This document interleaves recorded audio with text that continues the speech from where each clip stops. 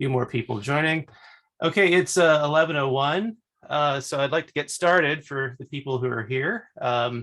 Thank you for attending today's question and answer session for the physical review referees. My name is Donovan Hall, and I'm one of the editors for PRL. And I have the pleasure of reviewing all of your and approving your applications to become referees for our journals. Let me see, there's still more people coming in. Let's see, I'd like to thank all of you who are attending today for volunteering to become referees for our family of journals and for your willingness to participate in this valuable community activity.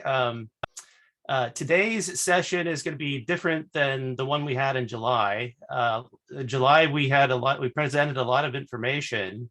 A lot of you were attending that one, and we just didn't have enough time to get to the questions. So today is our question and answer period, following up the original session, which if you didn't get to attend it, hopefully you were able to watch that on YouTube. We sent a link when you RSVP'd to today's event.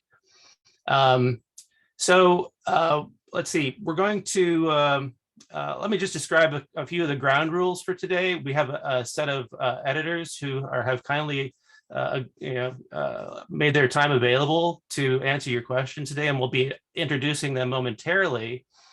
But what we're going to be doing today is I'm going to allow everybody who has questions to ask your own question. We're going to while our panelists are introducing themselves, think of your question, raise your hand, and when we get to that part of the thing, we'll start calling on people in order. If you don't want to ask your question live to everybody else, then you can put the question in the chat, and I'll read it out for the panelists. So that's how we'll proceed today. Just keep in mind that this is a session focused on refereeing and refereeing duties, responsibilities, and not one that has to do with personal experiences as an author or discussions about specific manuscripts or anything like that. So keep the questions general and about the refereeing process. All right, preliminaries out of the way now. I'd like to ask our panelists to introduce themselves by saying who they are, which journals they represent, and something that they would like to share about themselves. Maybe how did they get interested in becoming, taking the editorial track and ending up in this seat rather than out in another chair. So I would like to start with actually our newest editor, Jackie Brandt, who is and have her also say something about our new journal too. Thank you, Jackie. Over to you. Yeah, thank you. So I'm the managing editor of APS's newest journal, PRX Energy.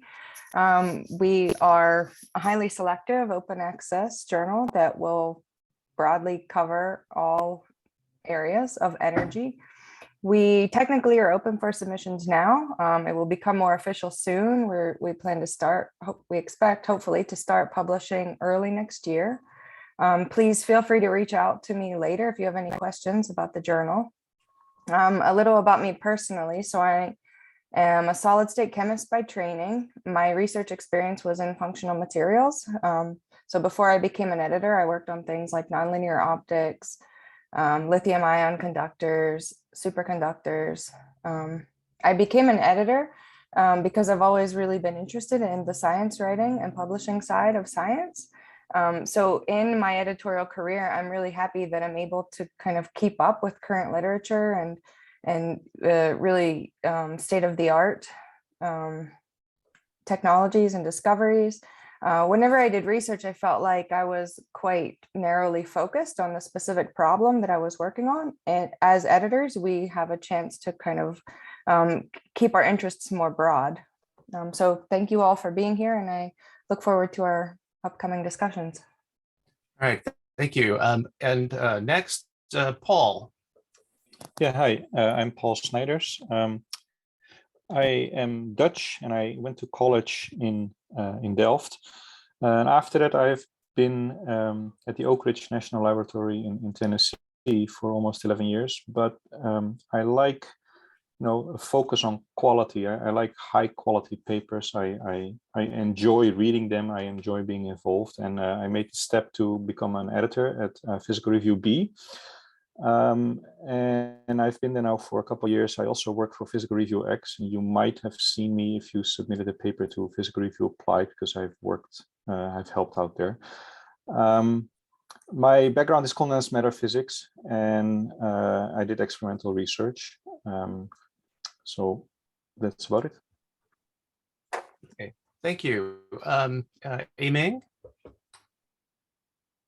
Hi, sorry. Hi, my name is Evie. I'm one of the editors in PRX. I'm taking care of the submissions in condensed matter physics in PRX. So my background is condensed matter physics, meaning strongly colored system. I was doing my PhD back to Boston College. Then I moved to Lawrence Berkeley Lesion Lab as a postdoc. So my background is close to this kind of photo emission, spectroscopy, X-ray spectroscopy, and also ultrafast spectroscopy. After my postdoc research, I think I'm more like a, academic person, and I want to stay in academic. And being an editor is alternate choice for me instead of being a faculty member. To continue my interest in scientific research instead of publishing or doing active research, I still can learn a lot of new science by reading papers and by helping authors and the referees to polish paper, to peer reviewing the papers. So that's why I become the editor. Yeah, thank you. Okay, thank you, Yiming. Kyle. Hello, I'm Kyle Welch. I work for PRL. So I guess something unique about how I ended up where I am today is that I didn't actually start out in physics. I started out by getting a bachelor's degree in neuroscience because I thought that I was going to become a veterinary neurologist, until I sharply changed directions in college and then went and got a degree in physics and eventually went to grad school and got my doctorate there. But what stuck with me from that trajectory is that I really kind of like having a broad view of science and taking a broad view of what is valuable, what is impactful to the scientific community, and that sort of extended into the stable of papers that I handle as an editor, which range everywhere from statistical mechanics to active matter, soft matter, polymers, and even some ecology and evolution. So I've really enjoyed as an editor the opportunity to continue to sort of have a broad view of science and not really focus in too much on one narrow area. Okay, thank you. And Josh? Hi, thank you. So yes, I'm Josh Wasser. I'm one of the editors for Physical Review D. And I guess my background is in collider physics and beyond the standard model building, QCD and various other things. So yeah, I think maybe a similar story to some people here is I got my degree and then I did a couple of postdocs, and this came up as a job opportunity, and for personal reasons worked out for me. And I think other people have already touched on this, but it's an interesting shift from being a full-time researcher where you really spend your time focused very narrowly but very deeply on a specific problem you're trying to solve. As an editor, you don't usually have the time to do that, at least as part of your editorial duty, but you do get a much wider picture of what's going on within the fields that you cover. And I've found that rewarding and very interesting, at least at a personal level, to see sort of how the field is shifting gradually over time in one direction or another. But anyways, be happy to take questions once we get to that stage. All right, thank you, Josh. And Juan Jose. It seems like we already have a few questions lined up, so I don't want to take a lot of your time because I would really want to answer questions and get everybody happy and moving. So I'm Juan Jose. I'm one of the editors of Physical Review E, but I'm also sort of in charge of Physical Review Research, one of the newest journals. Like now we have PRX and we have PRX Quantum and Energy, so I'm not new anymore. I'm the old spoiled child. But Physical Review is an open access journal, fully open access, publishing research, new and significant, the thing that you used to in the Physical Review journal, but in an open access venue, which means that it's free to read, but not free to publish. So I got my PhD in here in the US, because you can tell by my accent that I'm obviously not born here. So I got it in Georgia Tech. Then I wanted to go teaching, so I started, applying for jobs in teaching. I got a couple of jobs in here and there.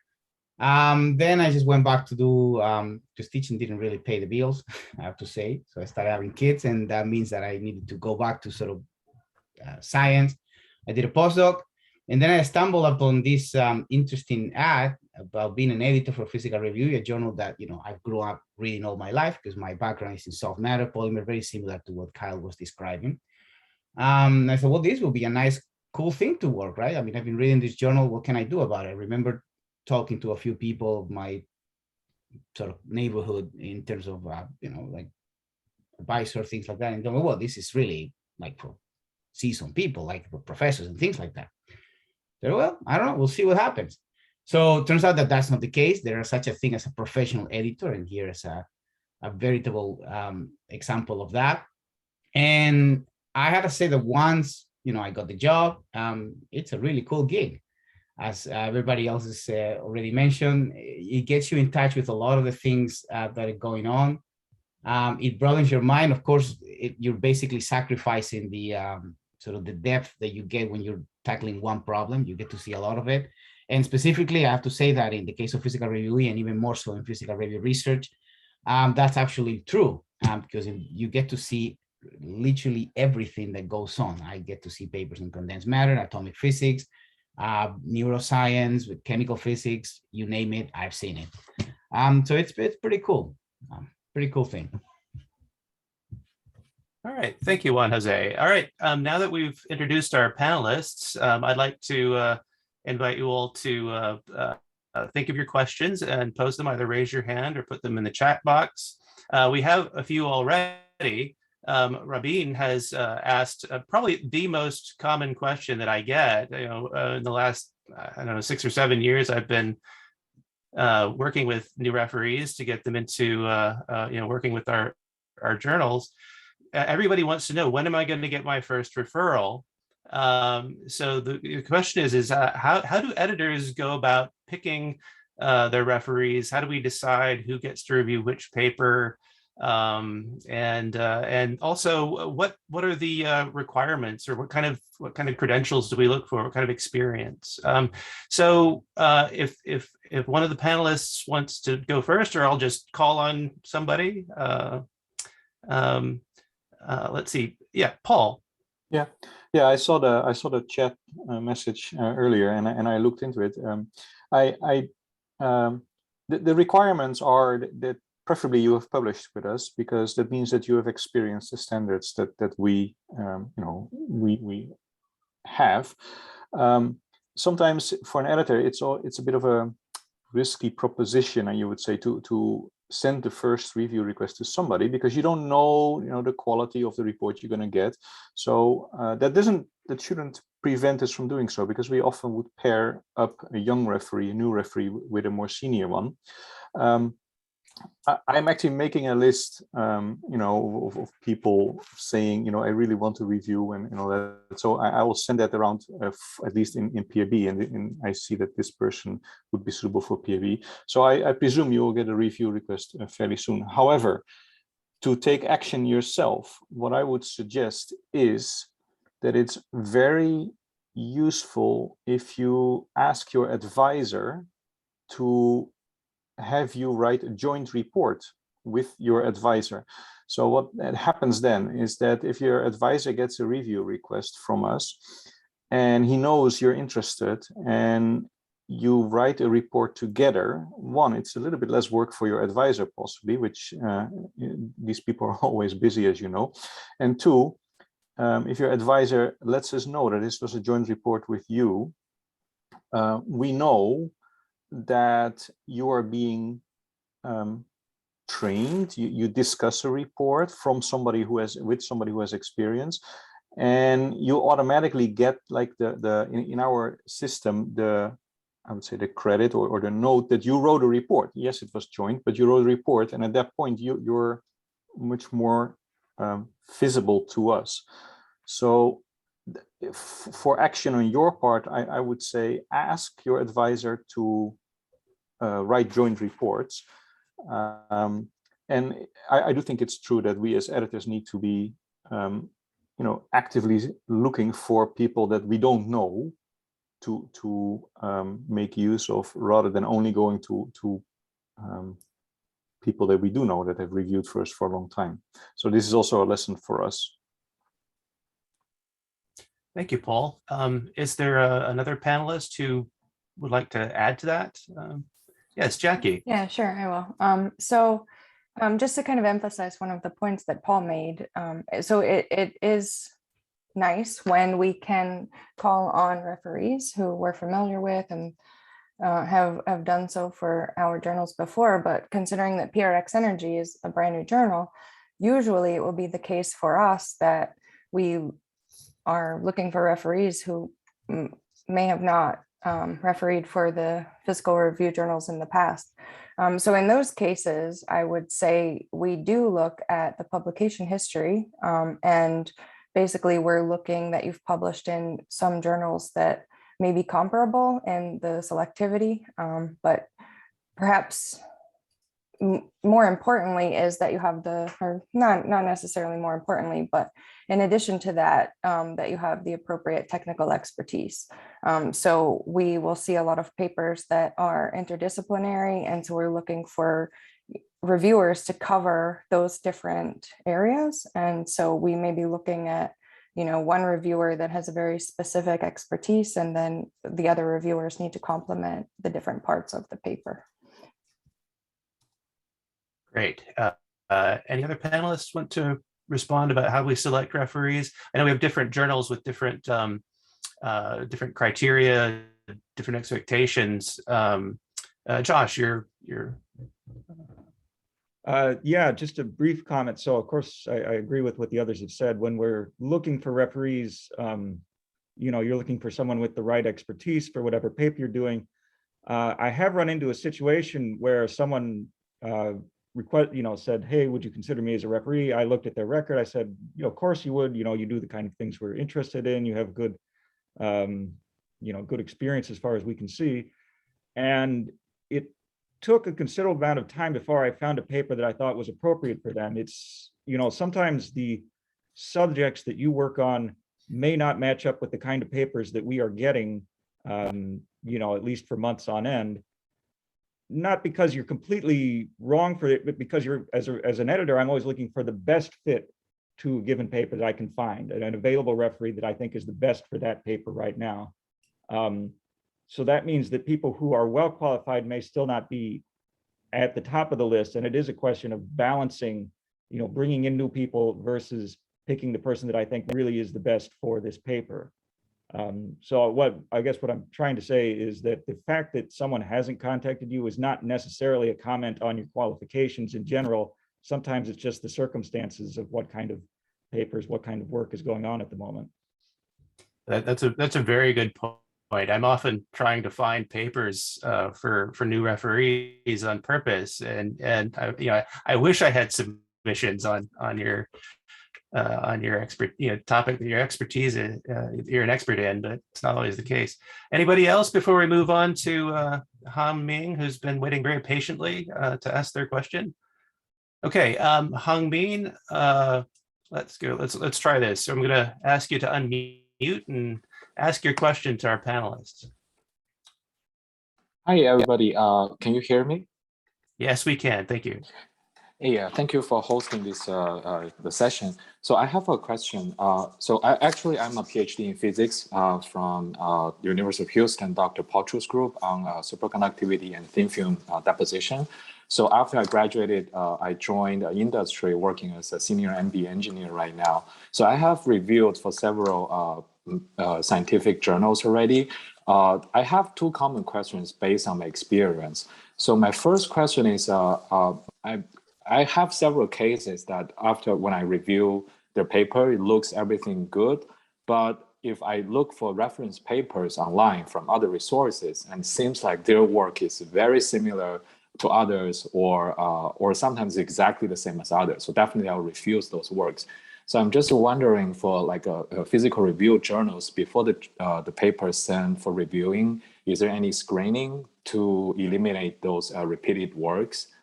And my second question is, so supposedly the paper submitted, everything is good, it's new results and no mistakes. And how do I judge that it's suitable for the publication to the physical review journals? Let's say, how do I decide if it's important enough to be published, let's say on PRB, or even though everything is new, is good, but it's not that important, so we still need to reject those papers? Thank you. Great. Those are excellent questions, Han Ming. Thank you. Thank you. Does somebody like to, one of the panelists like to address the first question about screening the papers? I can jump in on that. Just to say that we look at, obviously, when we receive a paper as editors, well, we try to look at a bit of references and try to get let me use the word superficial idea of where this paper may potentially fit. So if we ourselves are not particularly convinced that that paper is new and novel, we reject it. If we happen to find a reference that looks almost the same, we reject it. We don't let it out to you. But one of the reasons why we have referees, sort of in the philosophical sense, is it's to ask you, the expert. So we acknowledge we're not the experts. We tell you, you are the expert. You're probably following the literature a lot closer than we are. So going back to what Josh was saying, finding the best fit for the paper, that's one of the criteria for best fit. You're supposed to be the one that is following the reference. You're supposed to be the one doing active work on that. So you're probably a lot more familiar with the obscure one paper that was published there and that nobody read, but so happened to be exactly the same as the one that you now have in your hands. So we do rely quite a lot on you telling us that. And I would argue that the way for you to tell us that is just simply telling us that. Just say, I found these references, and in my opinion, there is really nothing particularly new in the paper that you just sent me compared to the one that has been published. Now, we, the editors, get your opinion, get the opinion of another referee, maybe the opinion of a third referee. We have our own opinion about what we read in the paper, and then we make the decision. But what we're looking for is what you think about it, what an active practitioner in the field thinks about the paper. And that kind of also goes on the second part of your question. You think that the result is correct. Well, that's not nearly enough for the physical review. It might be for the journals, but it's not enough for us. So you probably have read our journals. You probably have read papers in our journals. So you may have a reasonable feeling of where our standards are. And it depends, right? With PRB is one thing, PRX is a different thing, PRL it's something else. It's just, you've read papers at different levels and you know where you are. And so my advice on that will be exactly the same. Just tell us what you think. In my opinion, this is correct, but I don't know. I don't know how that affects me, a person that could potentially be using this paper for good. I don't see any good on this. So just tell us that, and we'll make the decision on whether that's enough feedback or not. I see. Thank you. Can I follow up on that? Yeah, that is a subjective decision. I mean, there's no ruler that says quality, but big enough, yeah, you can go in. So it remains a subjective decision, which is why all editors at the physical review that you can see them. We have PhDs. We did research, and we did a postdoc or more after our PhD. So we do have experience in doing research, writing papers, and thinking about the significance. And it's very important if you are concerned that a paper you write you feel actually has the advance in the paper is significant enough for the physical review, that you lay out that case in a cover letter. When we receive a paper and there's no cover letter, which you can do in PRB, for example, then the editors basically have to tease out what is important from the body of the paper, which could be 11 pages. If you are able to write in half a page, this is what the field is doing. This is what we've done, and that's why it's important, because it answers this question or points to or closes doors. You know, there's a debate about explanations for something, and you say, well, it's not A, B, or C. Still, may D and E are all possibilities, but you don't. That could be those. You know, making the case in a cover letter is really important for the editors to read the paper in the proper framing of the results. So it remains subjective, but you have a tool to your disposal, which is write a good cover letter concisely explaining what is important in that paper. Not just that, you know, I measured this and somebody will find it useful and it's correct, but why, what questions it answers, how does it advance the field? That is the tool you have, the cover letter. Thank you. Can I just add something? So I just to sort of rephrase some of the things that have been said already, is that, you know, a lot of times I find myself telling authors and referees that as editors, we don't just count votes when we're looking at what referees are saying, right? It's not enough for 2 referees to say yes and 1 referee to say no, so we publish, right? It's not just a majority rule, right? I mean, the simple recommendation of saying this paper should be published doesn't really carry much weight for us if there's not a justification behind it, right? And so what we really, you know, you may struggle with this subjective criteria of what marks a significant advance in a particular field. But really the best thing you can do is you can say, you know, I read this paper. My opinion is that this is a significant advance that will substantially affect physics research. And here are all of the reasons that I think it will, right? And then we as the editors look at that and we look at the reports of the other referees and we see what sort of case we can build out of all of this information. Right. So it may be that we look at what you say and we say, well, I don't really agree. And I'm looking at what this other referee is saying, and maybe this is not a significant advance. But the point is you will have given us your opinion, and then you will have given us how you arrived at that opinion. And that is very, very helpful for us when we are deciding what to do with a paper. Thank you. Did that answer your questions, Hanbing? Yes. Yeah, that answered. Thank you very much. Great. The one thing that occurs to me listening to the discussion is we've, you know, as we add different journals to our family and to try to serve different needs of the community, and we also adapt how we label not only the journals themselves, but internally how we label things. One of the questions that comes up is like, we now have letters at the level of the physical review journals. The rapid communications have been changed to letters. There's also physical review letters. I get questioned quite a bit about how to judge whether it's a letter in PRB or a letter in PRL, or so I didn't know if anybody had any thoughts about these. I was just okay. So the next question is directed at Juan Jose, because it has to do with what's the need for PR, you know, physical review research. What's it fulfilling, and what is the and how does it relate to PRX? Yeah, it's always nice to have to justify why one exists. No, but seriously, look, the world is changing, and there are several agencies and several people that feel very strongly about the idea of publishing in open access venues and only in open access venues. So physical review research feels that need, in the sense that it allows authors that wish, need, want, desire, aspire to publish in open access venues to do so at the level of the topic of physical review journals, the novel significance that we're always trying to enforce. That's what physical review research is about. When it comes to the relation with physical review X, yes, it's less selective, much less so, and I would even go farther to say that it is also less selective than the PRX brand of journals that we're in the process of launching. PRX Quantum is one of them, and PRX Energy, as represented by Jackie, is the second one of the series.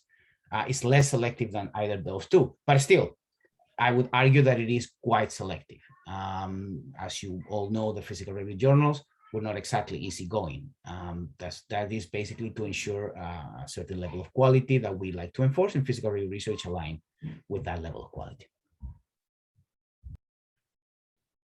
Great, thank you. The next question that we received from the people who are attending today is a follow-up from Rabin about are there other strategies to get noticed as a referee if your advisor's not getting referrals from us, and they're not getting referrals from us? Is it legitimate to write to your favorite editor? Any panelists have thoughts about communicating? Yeah, yes, I can answer. I think the editors have no problem receiving email. Obviously, we cannot start corresponding with tens of thousands of referees every day. However, I think that if you cannot get help from your advisor, then for us it's a matter of how do you stand out. For example, as was remarked on before, with a perfect match of expertise to some paper, that is a thing you cannot control. But how do you stand out from between thousands of other referees? And I think that the best way is to keep publishing with us. If you are a new referee and you have one paper published, okay, very good, congratulations. Once you are a referee and you have like 10 papers published with us and maybe 2 rejected, because not every paper is successful, then people see, oh, wow, this person is a regular author. They know our standards. They actually publish good work with us, so they should be able to evaluate good work. And at that point, it is more likely that you get a review request. So it gets harder if you cannot solicit help from an advisor. Then it does get harder, and I would say keep publishing with us, because that is, I think, the thing you can control and how you can stand out from others. great, thank you, Paul. We have another question from Bartholomew, who asks, if I get a paper to review that I have the expertise to understand, but I am not up to date with the literature, should I accept that invitation? That is the content's the correct, but I cannot completely be sure that no one has already done it somewhere else. So can I just say one quick thing, Donovan? Sure, I just saw a question in the chat about fluid mechanics, and I just want to say that, if anyone has a question about fluid mechanics, even though I'm not exactly a fluid mechanics person, I've done work in fluid mechanics, and not to brag, but hey, let me brag a little bit. I was in a paper that won the Gallery of Fluid Motion. So if anyone has a question on fluid mechanics, I can help. That's all. Actually, that reminds me, I was going to say something. We do these. Well, our plan is. This is our second one. But our plan is to do these sessions somewhat quarterly, and I send invitations to all of the journals, and there's a roster of editors who have volunteered, and we pick a few, 5 or 6 each time. So in a future session, I hope to have representatives from other journals as well. So okay, so back to Bartholomew's question about what to do if he gets a perfect paper, but is just not quite up to date on should he accept the review or not? Amy, I haven't heard from you in a while. yes. I realize that I haven't spoke much. Yeah, I can take this one. I think first of all, it's your judgment call whether you want to review this paper or not. To be honest, reviewing paper is also one step to learn the new physics in the community.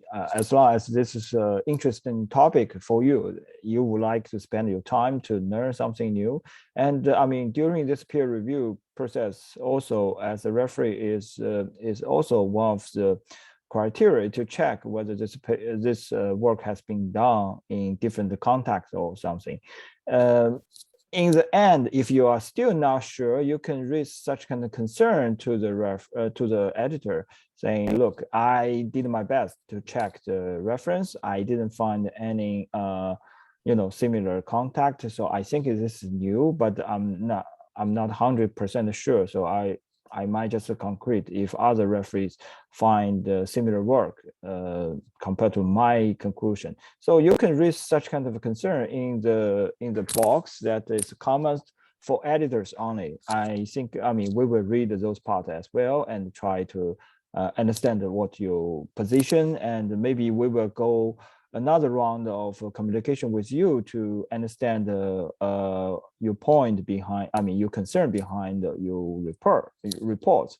So to answer your question, again, if you are, you plan to learn something in this topic, I would encourage you to review. But when you accept the invitation, maybe you can tell the editors saying, I might need more time to read through the paper and also read the relative, I mean, the reference to understand the topic a little bit more. I hope I answer your question. And if I can I just jump back to this fluid dynamics topics? I'm sorry. Actually, last time Dario, another editor of PRX, was in the meeting. He is the one who handled fluid dynamics topic in PRX. And as far as I know, this week is a division meeting of APS on plasma physics. I think a lot of PRE editors are there attending meetings. That might be another reason that they are not here today. Yeah, I just want to comment on that. Thank you. Thank you. Thank you, Yiming. All right. Does anybody want to add to that before we move on to another set of questions for the panelists? We just got one that popped up here. I have a whole stash of questions which I can get to from last time, but let's see. The question, this is from Banan. I'm wondering how can someone become an editor of a physical review journal? So there are 5 golden tickets hidden in chocolate bars, and that's the way you get to be an editor. No, but seriously, it's an ad. Really, the physical review has positions open, and little between you and me kind of thing. It looks like there's going to be a number of them opening in the near future. So Jackie needs help. So there you go. If you know anything about energy, she probably will need help. And so, check periodically the aps.org jobs webpage and check out. We also try to send these and put them in several distribution lists. But essentially, that's what it is. There's an ad. Of course, as we were mentioning before, we all have PhDs, we all have postdoc experience, so that sounds like a requirement. And other than that, I think there a fundamental skill is you need to kind of like to read, and you need to be able to make decisions on the basis of, I would argue, incomplete information, right? You're never going to know if that paper is the next best thing or if it's just not going to work out. So you need to be able to gather that information and put together, as Kyle put it before, a case in favor or against publication. So you need to be decisive as well. If you think you have those talents, check our webpage periodically, because there are jobs that pop up, and it depends on your expertise, of course, but it's likely that there will be one that will fit for you in the next 2-3 years. All right. Thank you, Juan Jose. Josh, go ahead. Yeah, I would be amiss if I didn't point out that PRD is in fact advertising for a new full-time editor right now. Like I said, if you go to the journal website, you can, or the PRD specifically, our website, you can find it. I know we advertise through, say, Inspire. If you use that website, they have a job section and similar, physics-related formats that do have advertisements. We put these out there, and as Juan Jose said, obviously we're looking for people with a certain degree of experience. So usually at least a PhD and usually some research experience as postdocs. And then also, depending on what the journal is doing, it may be looking for specific expertise. If we feel that we have a weakness in certain fields, I know right now, the position that we're advertising, we'd like to get someone with more of a background in astrophysics or cosmology, because we're trying to sort of expand or shore up our expertise in that area. And after that, it's going to depend on the internal details of what the journal is looking for. But in general, I think this is probably the kind of job where having some breadth in your research helps, just because you are going to be covering lots of different topics, even if you're selected for a certain background. You're inevitably going to run across a lot of different things. So they want the experience, and they want, of course, this will depend on interviews and things, but they want a sense that you can make good and fair judgments. Obviously, you're spending a lot of time dealing with people who have strong feelings about whether papers should be accepted or not, and you're going to spend your time negotiating between people to some extent. So I think that's also a consideration. You have to be comfortable dealing with those situations. Okay, thank you, Josh. We do have just a question that came in from Hugh Lee, who asks, can I know the main differences that are between the referees, main differences that referees should look at when reviewing for PRB, PRX, or PRL? So if you basically, it's kind of a follow-up on the question of what are the standards and the criteria for the various levels of journals. So I guess we'll need a PRL, a PRX editor, and a PRB editor. We've got those here today. So who wants to go first? I would say you go first, Donovan. PRL. Yeah. No. Kyle's. I'm just Okay. the guy that Okay. is moderating today. Okay. Well, so first I'll give kind of a cheating answer about the difference between PRL and these other two journals, and that's the length, right? I mean, although PRB does publish letter length things as well, but so PRL is about, you know, these brief but very significantly impactful results, right? And so it's sort of an unsatisfying answer for me to say this, but what we really are looking for is, does this paper significantly advance the field? Does it solve a critical outstanding problem? Basically, we're looking for these very important and potentially broad results, so deep and broad impact, right? That's not to say, and I'll let Paul follow up on what PRB's standards are, but that's not to say that the other journals don't publish important things, right?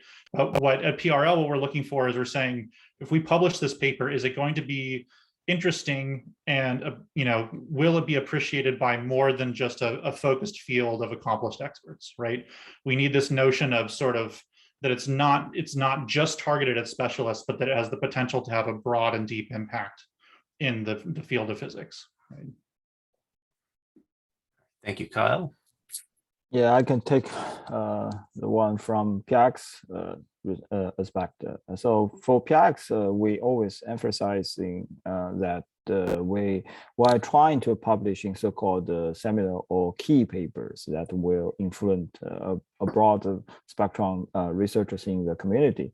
So that means, I really like Paul's comments to say, for ideal PRX paper is some paper that you will, we destroy your own proposal and then write another one just by following this idea. So this kind of like the best condition to be a PRX paper. But I mean, in terms of review, we asked again also as PRL. I mean, two aspects. One is a novelty, whether this is really new, both in scientific side or technical side, and also the importance. That means how many people will be impacted. I mean, in terms of their research topic, such kind of things. Whether they will just reconsider what they are doing is right or not, and what they can do further toward, this direction. So I mean, the selectivity, in terms of selectivity, just maybe the number will say something here. So in PRX, roughly so far, our acceptance rate is around like 10% or something like that. So I'm not comparing with other journals, which is unfair because PRX is really small. We only publish around 250 papers per year. So this comparing with other journals, is really unfair here. But I just want to say that, we are trying to really select the so-called seminal or key papers here, and to impact everybody in the community. So this is what I want to say, and maybe Paul can add a little bit more as editor of PRX and also editor of PRB. Yeah, I always like to think about PRX is that if you would look back 5 years after publishing a PRX paper, that the community would say that, pointing to the paper that was published, is when something changed. People started doing different things. People got different ideas and resolved a long-standing question based on that. And so that is, I think, what seminal means, is that you look back and say, that's when things changed. And that's what I look at for in a paper for PRX. Now PRB is obviously a different journal. We do not publish 250 papers a year, or highly selective as PRL. I think PRL publishes 2,500 a year, but that again is over all fields. So it's to select that is still a tough job. PRB instead is one field, condensed matter, materials physics, condensed matter physics, and we publish 5,000 papers a year. So we're not that selective. However, we do want our results that we publish, the papers that we publish, to not just be, I measured this is what it says, and it's useful. It needs to have an analysis that gives insight into why. It is not materials properties, the conductivity is something, or the transition temperature of this superconductor is something else. We are looking for the why, and that is the significance of the insight. So PRB standards, as Juan Jose pointed out, are not just correctness. It needs to have a certain depth of understanding. But it's going to be it could be of interest to more people, but it's fine if it's only of interest to those working precisely in your field. So we are what's called a specialized journal. I hope that answers the question a bit. But again, I point out that as editors, we make subjective calls. And this is a subjective thing. As I said, there's no ruler that we put next to you and say, yes, the quality, boom, it's not black and white. And I have to say that as a referee, it's very important to tell the editor why you think something does or does not reach the standards of that particular journal. You can say, I don't think this is of broad enough interest. And it's best for the authors if you can explain why. And sometimes it's a bit iffy, it's hard to do this without being offensive to the authors, but then at least explain to the editor in the field that doesn't go to the authors why you reach the assessment that you do, because we do not count votes, as has been said earlier. We look for reasoning, and as a referee, it is more important to explain your decisions than just, or not decisions, your advice, than just to give the advice. So, and if you have a misconception, as I think Juan Jose might be able to point out, about the standards of a journal, then reading the reasoning for your advice as a referee allows us to put that advice in the proper context. So please explain us why you say what you say in your report. All right, thank you, Paul. It occurs to me as I'm listening to these responses, we've covered the sort of the traditional levels that physical review offers in terms of publication. I was curious about what Jackie, your ideas about where PRX Energy and perhaps maybe the other, since the other PRX journals aren't here, but maybe you could say something about where that fits in and what referees might be thinking about when, okay, does this fit at that level? Yeah, I think kind of what was said about PRL and PRX kind of applies, but more specifically to energy in our case. So we are highly selective, but the scope is much more narrow, dealing only with energy. But really, we're also looking for advances that are deep and change the way that a field thinks or inspires the next generation technology or things like that. So we are highly selective. But I think the difference, though, is if you have an energy paper that you submit to PRX, and you can correct me if I'm wrong, PRX editors, you would hope in that case to see broader implications. So whenever you submit to PRX Energy, while we want to see deep significance, really that has to pertain to the energy community specifically, where you might expect something a bit more broad, broader interests for the other journals. Great, thank you. We have about 9 minutes left, and I have three questions to get to. So let's see if we can't try to time this. The next question is from Amin, and it has to do with, I guess, the general flow of papers. Like if we know that if a paper isn't at a PRL level, then it would flow down to maybe PR physical review. What do papers ever flow the other direction? Let's say a paper is submitted to one of the PR journals, but as a letter, can the referee recommend going to PRL, transferring the paper to PRL? Does this ever happen? Perhaps a physical review. Maybe Juan Jose, do you? Yeah.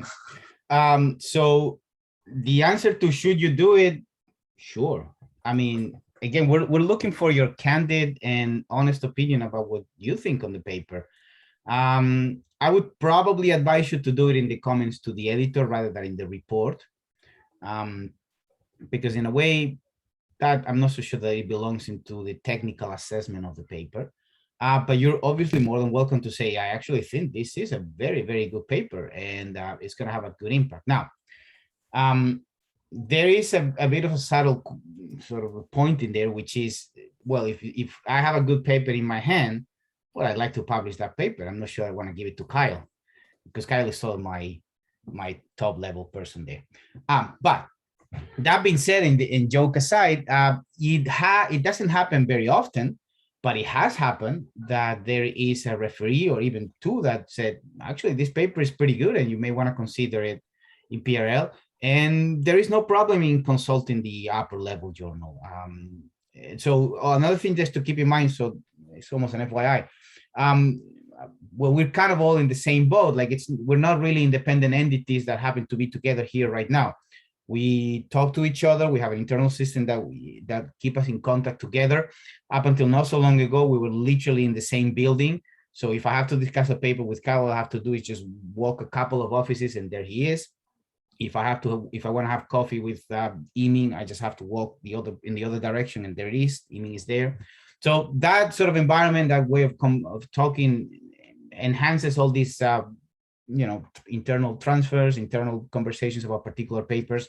And so, yes, very much so, recommend whatever you think it should be recommended, but maybe in the comments to the editor, because that's more information for us rather than for the authors. Thank you, Juan Jose.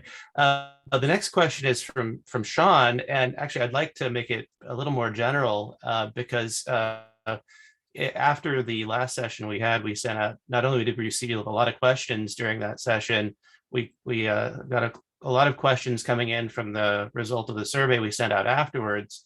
A lot of the questions had to do with how to write a report and how to how does the referee deal with I guess time constraints, because we're all busy.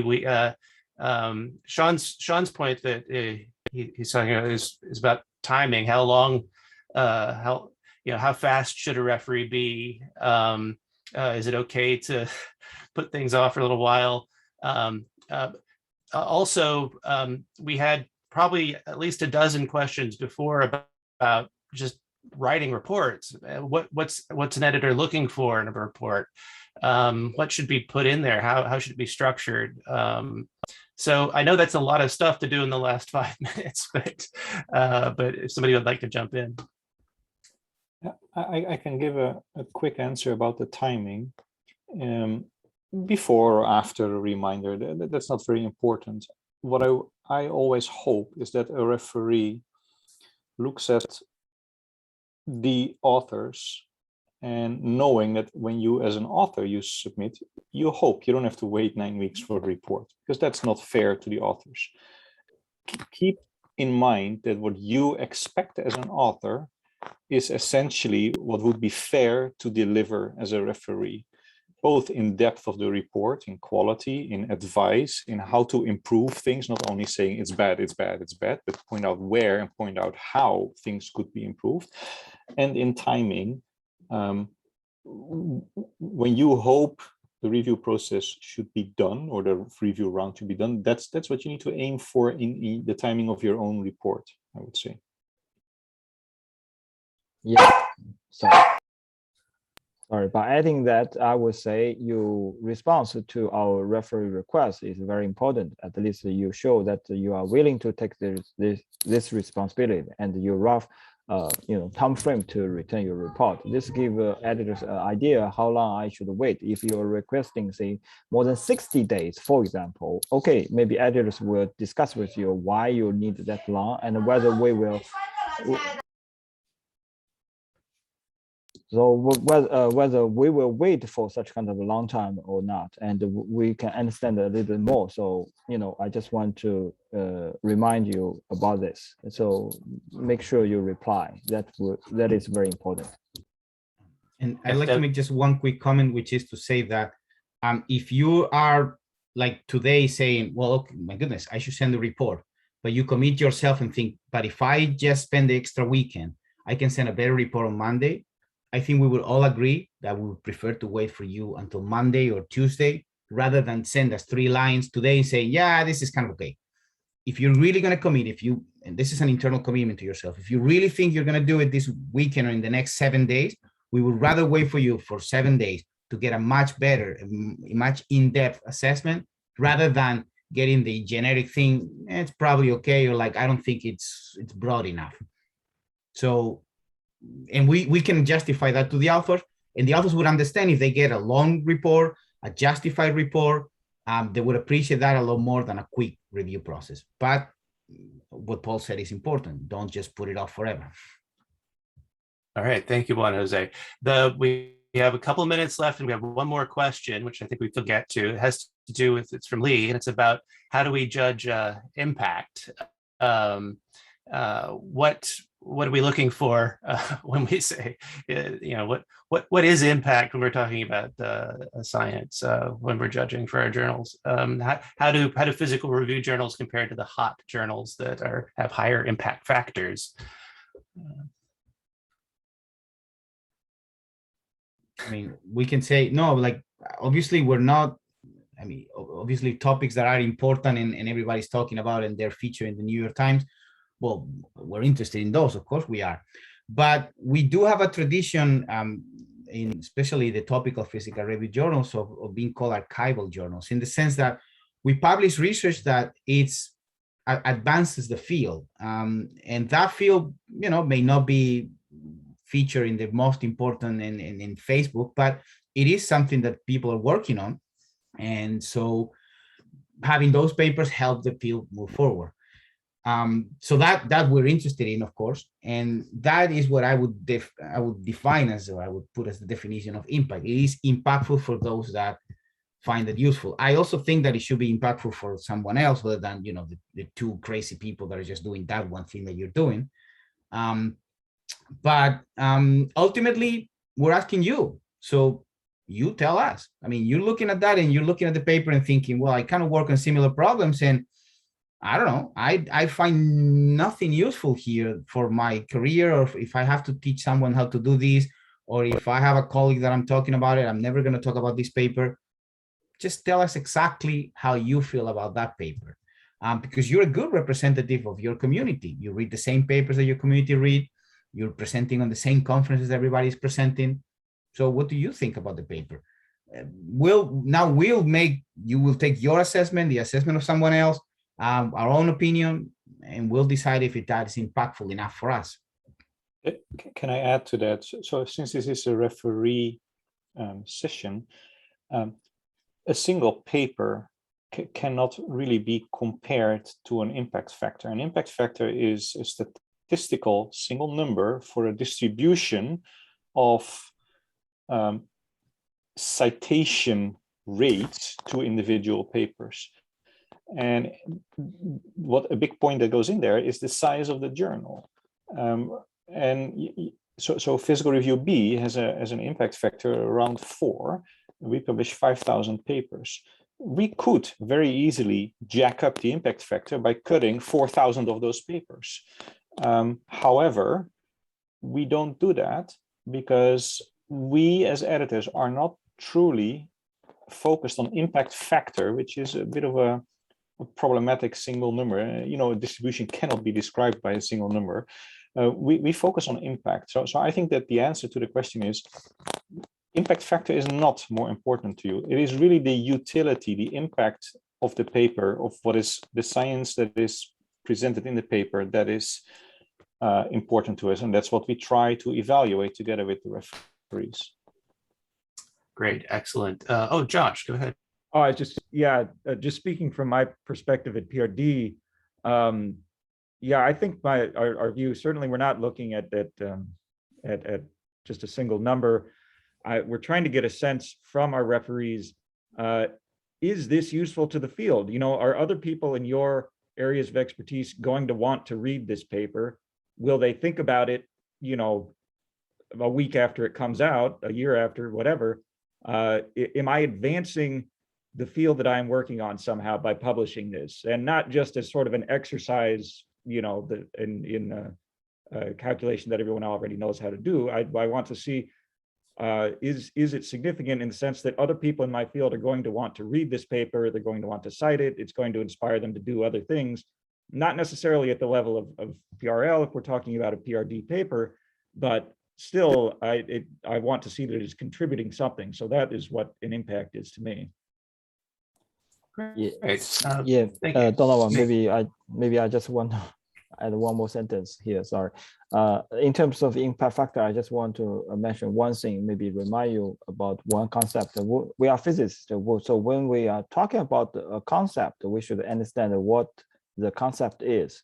So actually, every time when I go outside to give the outreach, talk, I did a quick poll to say how many people understand how impact factor was calculated. Actually, the result turned out to say more than 95% people didn't know about that.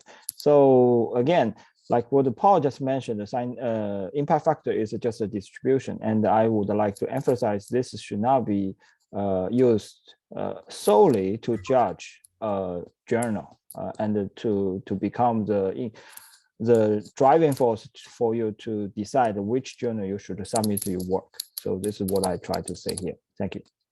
Great, thank you. We have we've gone over our time today, but I just want to make sure, is there anything, is there any panelist that has one last thing that they have just been dying to say they haven't gotten to yet before we go? All